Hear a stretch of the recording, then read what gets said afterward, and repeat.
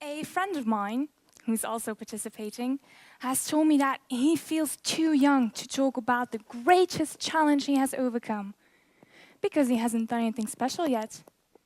And it's made me wonder whether my story is interesting enough.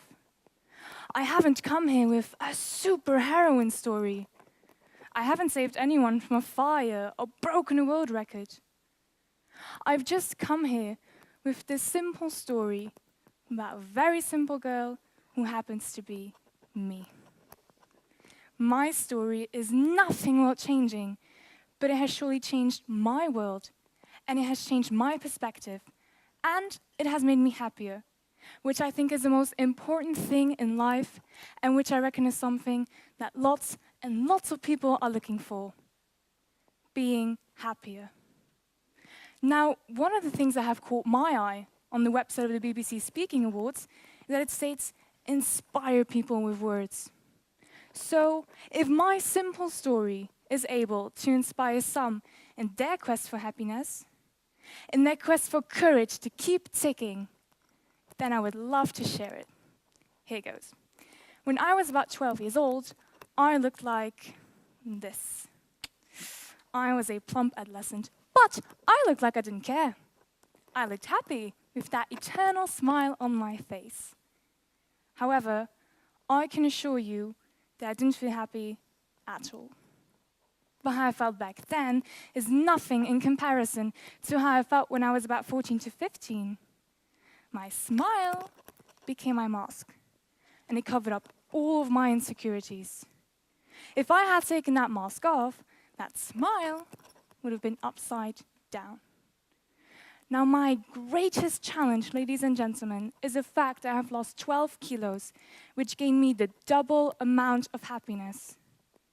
I am not claiming that losing weight will guarantee you happiness. But for me, the weight loss was a sort of wobbly road I finally dared to take.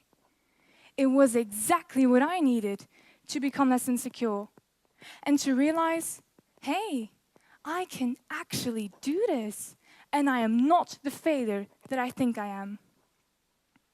I am not here to urge you to lose weight. Losing weight was my challenge. I am here to encourage you to face the challenges you've put aside. You always have two options in life when dealing with hard situations. You can either walk away and say that you're going to fail anyway, or you can decide to give it a shot and just go for it. Of course, that won't always work out, but at least you've tried and you've shown yourself that you are not a quitter. A great quote that gives me inspiration in tough times is from Sylvester Stallone, of all people. But it goes like this: I don't care how tough you are. Life will beat you to your knees and keep you there permanently if you let it. You, me, or nobody is going to hit as hard as life. But it's not about how hard you hit. It's about how hard you can get hit and keep moving forward, how much you can take and keep moving forward. And that is how winning is done. Take Nelson Mandela. He was imprisoned for 27 years. He was beaten to his knees by life and his fellow men. But has he ever given up his dreams of a South Africa without segregation?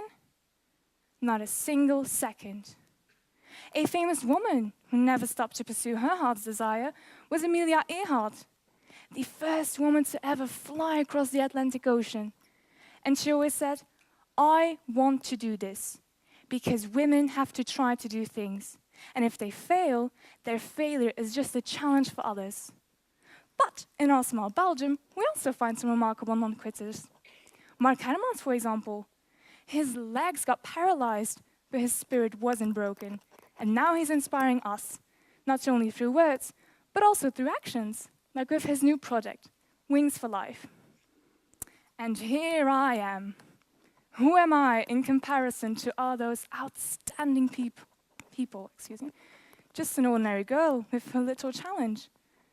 But when I look around me, I see many people not even daring to dare. But ladies and gentlemen, those dares are exactly the ones that can make you change your life and can make you happier, which makes it all worthwhile. Every accomplishment starts with the decision to try. I've lost weight and I've said farewell to my shell, the biggest challenge I've ever had to face. And I've come to realize that life will always offer you a second chance. So do not be afraid to fail. Be afraid not to try. Thank you.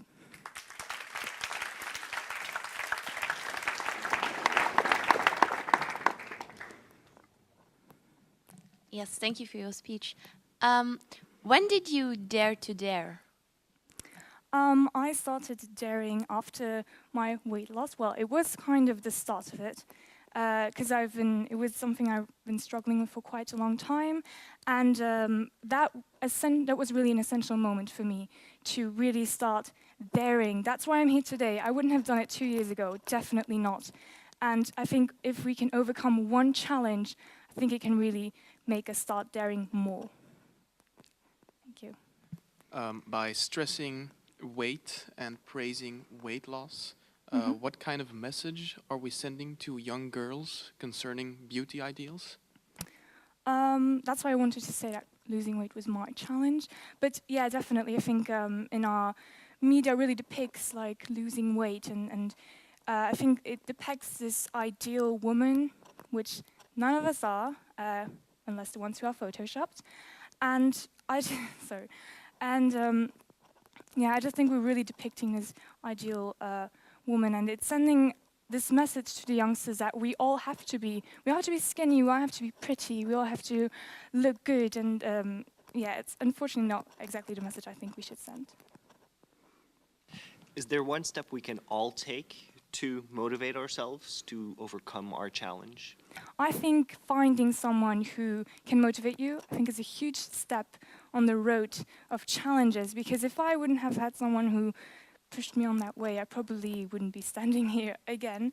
Yeah, I think finding someone, and also to convince yourself that you can actually do this. You are not failures. None of you here are failures. None of my fellow participants are failures. And that's something we really have to see. You have the Fat is Beautiful movement in the United States. Do you think these people are lying to themselves? Excuse me? Fat is beautiful. Oh, okay, People sorry, I say, didn't understand it. I'm 150 pounds, I don't care. But 200 pounds, I don't care. I think if they can accept themselves for who they are, I think that's good. On the other hand, it is not healthy.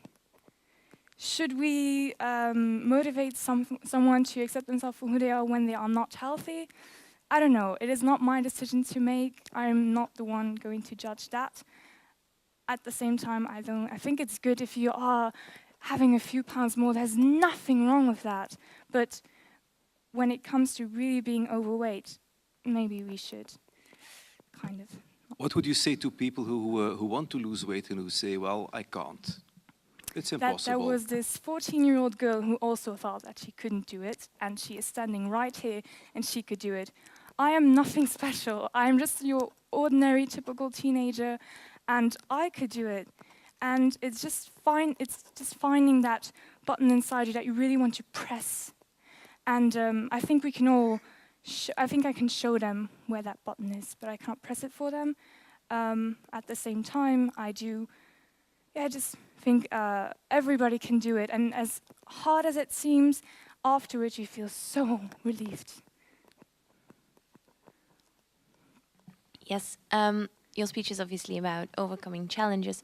Do you think we always need to overcome a challenge to be happy afterwards? I think maybe we can learn from our failure, and maybe I think it can help us to become happier in the sense, okay, I couldn't do it, but I've tried. And because you've tried, you've kind of already showed yourself that you made an attempt, which so many people do not even do.